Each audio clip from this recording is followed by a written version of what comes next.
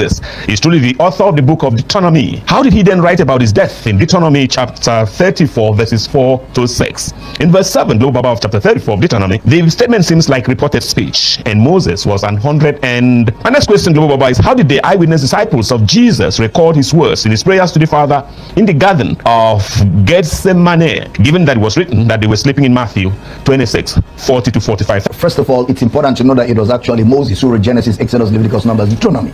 How do we know that? Jesus said it. Jesus said, if you had believed Moses, you would have believed me, for he wrote of me. In Luke 24:27, and beginning at Moses, which is actually beginning at Genesis, Exodus, Leviticus, Numbers, Deuteronomy. Jesus himself called it Moses, which means they were the writings of Moses. So there's no controversy about that.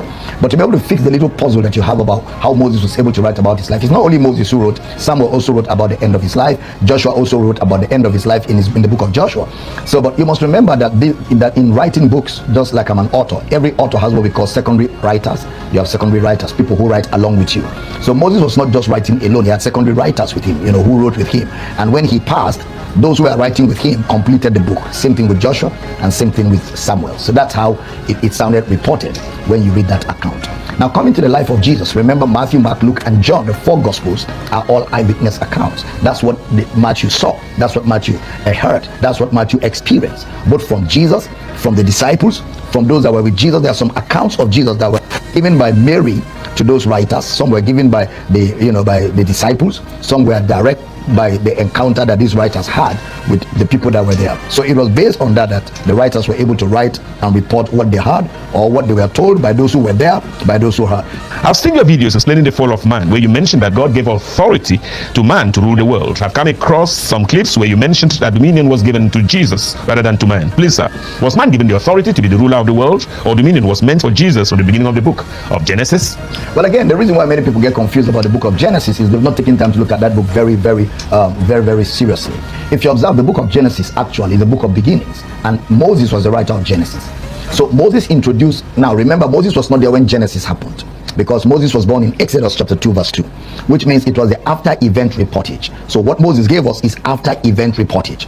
So which means he's not going to write it the way it happened sequentially. He's going to write it the way he understood from what the visions he had and the oral communication, because the Old Testament people had a tradition in Genesis where from generation to generation they told stories of the previous generation. So that's what we call the oral tradition. And of course Moses had a vision, so some of Genesis was from vision, the other ones were from oral tradition.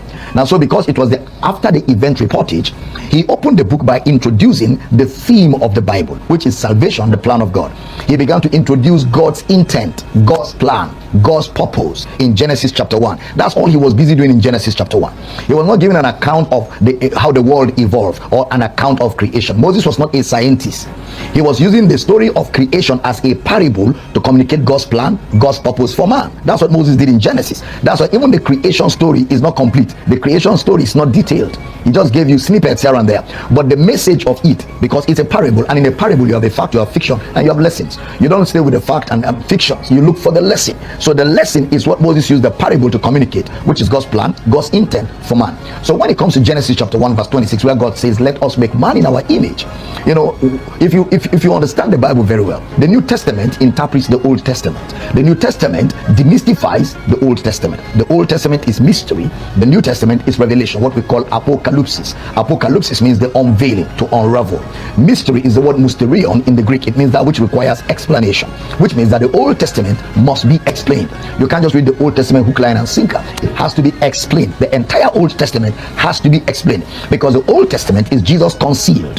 The Old Testament is types, shadows, prophecies, promises. All right, the Old Testament is what we call ischia. You will see things in obscurity. You won't have details. You won't see things in their details. So which means that the Old Testament therefore must be explained. The explanation of the Old Testament is the New Testament, because in Romans 16:25 Paul spoke about the revelation of the mystery which was kept secret since the world began, but now is made manifest to his saints, to whom God will make known what is the mystery, what is the secret of this mystery, all right, which is revealed to the saints. So you have the revelation and you have the mystery. So the Old Testament is interpreted by the New Testament.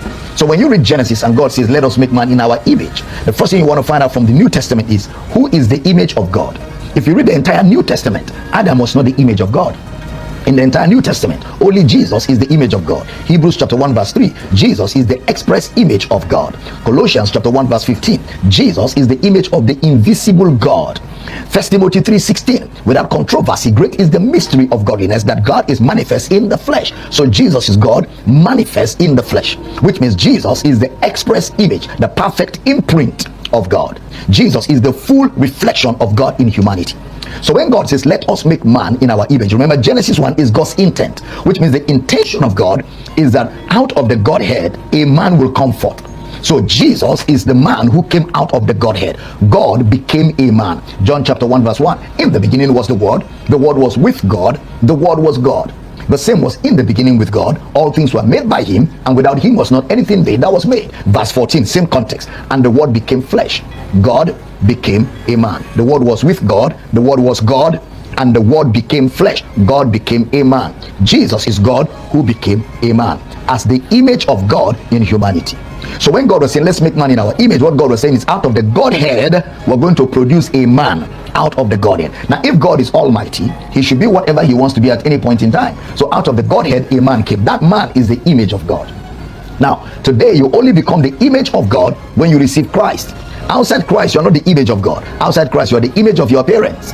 You only become the image of God in Christ. So that's what we call the new creation. 2 Corinthians 5:17. Now therefore, if any man be in Christ, he is a new creation. So you're not a new creation until you are found in Christ, which means the family of God, which is God's plan from Genesis chapter 1, will be adopted in Christ Jesus. You cannot be a child of God outside Christ. You become a member of God's family in Christ Jesus. So the image of God in Genesis is Christ.